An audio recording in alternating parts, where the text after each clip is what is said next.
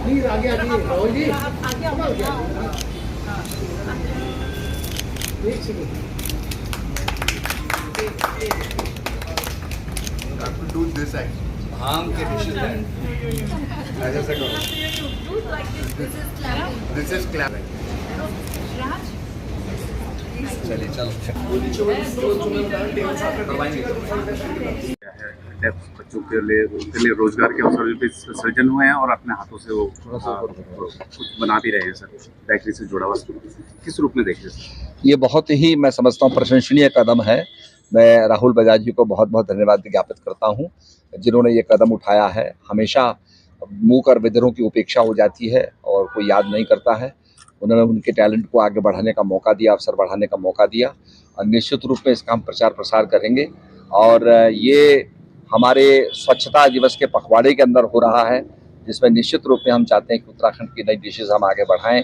अभी हमें हेम्प का डिशेज़ खाने का मौका मिलेगा, तो ये अपने आप में रोडोडेंड्रम हो गया और भी हमारी Garhwali pastry, Kumaoni pastry, Jaunsari pastry, Tibetan pastry, आगे भविष्य में हम नेपाली पेस्ट्री बनाने जा रहे हैं। तो ये सब चीज़ें अगर आगे बढ़ाएंगे हम तो डिफरेंट फ्लेवर्स लोगों को चखने को मिलेंगे और उत्तराखंड का स्वाद आपकी टेबल पर पहुँचेगा। तो मैं इनको बहुत बहुत बधाई देता हूं और इनकी प्रशंसा करता हूं। सर मुलाकात कैसे हुई आपकी? ये मेरे लड़कों की तरफ से हुई। वो इनके दोस्त हैं, मित्र हैं। तो ये यहाँ चाहते थे कि मैं कुछ देहरादून में करूं, तो इससे बढ़िया काम क्या हो सकता है। बॉम्बे, आपने बॉम्बे का भी हाँ, बॉम्बे का मैंने जिक्र किया। बॉम्बे में एक रेस्टोरेंट में गया तो पता चला कि ये मुँह कर बधिर हैं, तो मुझे बड़ी खुशी हुई। मैंने पूछा वहाँ के मालिक से, उसने कहा साहब मैं भी देहरादून का रहने वाला हूँ। तो मैंने कहा भाई देहरादून में कुछ करो। तो निश्चित रूप में आज उसी कड़ी में राहुल बजाज जी ने ये काम किया है और मैं समझता हूँ कि इसको आगे बढ़ाना चाहिए। हम लोगों को टैलेंट को प्रोत्साहित करना चाहिए। सरकार भी निश्चित रूप में इसको आगे प्रचार प्रसार इसका करेगी और ये बहुत ही सराहनीय कदम है।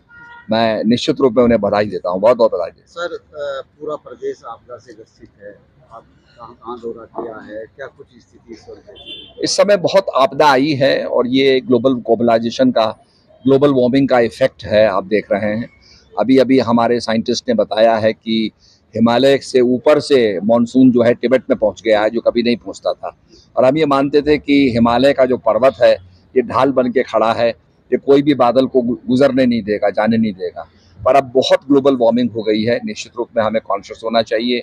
नालियों पे अपने मकान बना लेते हैं, नालियों को चोक कर देते हैं, जिससे कि सड़कों पे पानी बहने लगता है, लोगों के घरों में मलबा आ जाता है। तो ये सब हमें कदम उठाने होंगे। We have to respect the nature. हम प्रकृति का सम्मान करें तो प्रकृति हमारा सम्मान करेगी। सर सरकार की बार बार जो है ना चेतावनी, वैज्ञानिकों की सलाह, लेकिन फिर भी जनता जो है ना इन सब चीज़ों से दूर रहती है। नहीं, हमने कुछ सुझाव दिए हैं माननीय प्रधानमंत्री जी को। कल उनका जन्मदिन था, उसकी बहुत बहुत बधाइयाँ हम उनको दे रहे हैं और हमने कुछ लिख करके अपने सुझाव दिए हैं ताकि मीथेन गैस को कंट्रोल किया जाए। जलागम के अंदर भी हमारा मीथेन को कंट्रोल करने का बहुत बड़ा एक प्रयास हमारा होगा। तो मीथेन को कंट्रोल करेंगे और ग्लोबल वार्मिंग के इफेक्ट को कम करने के लिए प्रयास करेंगे। सर ये जो पर्यटक स्थल हैं, विशेषकर जैसे धराली हो गया या सहस्त्रधारा में कल बहुत जबरदस्त आपदा आई है, तो कुल मिलाकर तो पर्यटक स्थलों को काफी डैमेज हुआ है सर। तो उसका क्या कुछ नुकसान का आकलन किया है पर्यटन? वो तो अभी आकलन होगा, अभी तो शुरुआत हुई है आकलन करने की, अभी हुआ है।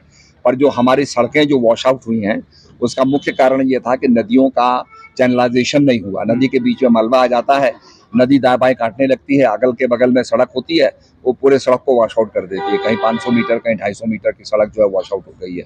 तो हम चैनलाइजेशन कराएंगे, जिसके लिए हमने प्रोसेस जारी कर दिया है।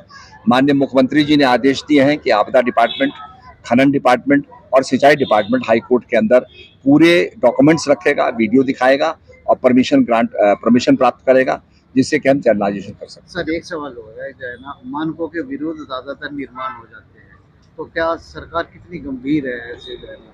नहीं, इसमें हम गंभीर हैं ही। निश्चित रूप में हम चाहते हैं कि अतिक्रमण ना हो। मैं जनता से ये आग्रह करता हूं कि इंक्रोचमेंट ना करें, नालियों के ऊपर मकान ना बनाएं, नालियों के प्रवाह को रहने दें, तभी हमारा देहरादून सुरक्षित रहेगा। ठीक है, धन्यवाद सर। समय है और ऐसे में मौसम भी गड़बड़ है, लेकिन सरकार ने जो है हेली सेवा शुरू कर दी है। सर इसे किस रूप में देख रहे हो? नहीं, हेली सेवा शुरू की गई है। मुझे लगा कि मॉरिशस के यहाँ पर जो हैं बहुत बड़े हमारे जो है वहाँ राम गुलाम जी भी आए थे, तो हेली सेवा शुरू हो गई। मौसम ठीक होगा तो हमारी हेलीकॉप्टर फ्लाइट्स होंगी और पर्यटकों को हम ले जाएंगे।